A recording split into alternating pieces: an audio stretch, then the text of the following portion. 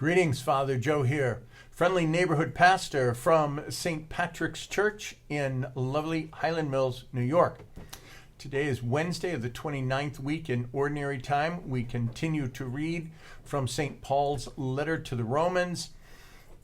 And today, St. Paul says something that as Americans, boy, we hate. We love freedom. We love to do what we want. We don't want anybody to tell us what to do. And so what does St. Paul says? He says that we have to make ourselves obedient slaves. He says you can be an obedient slave to sin, or you can be an obedient slave to God. He says, if you are a slave of sin, well, that leads to death. If you are a slave to obedience to God, well, that leads to righteousness. Now, sometimes Christians are accused of believing of pie in the sky and, you'll suffer in this world and you'll be happy in the next. But there are some things in our life that if we choose sin, we are going to be unhappy. We may not die right away, but it's going to lead us to death.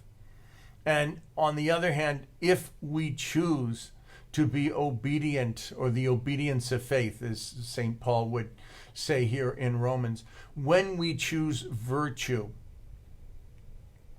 we are going to receive the rewards of that. St. Ignatius of Loyola, he contrasts when he spends time reading these romance and novels of his time and his reflecting on intrigue in the court. And he said, and that just gave him no peace. It gave him no joy. But when he read the Bible, when he read the lives of the saints, when he read spiritual books, he said that he received a profound joy and peace, and that filled his life.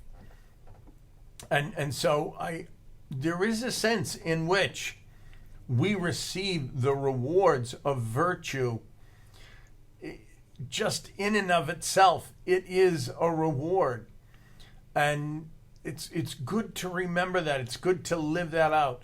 If we think that we're only going to get a reward in heaven, we might be tempted to despair and to give up.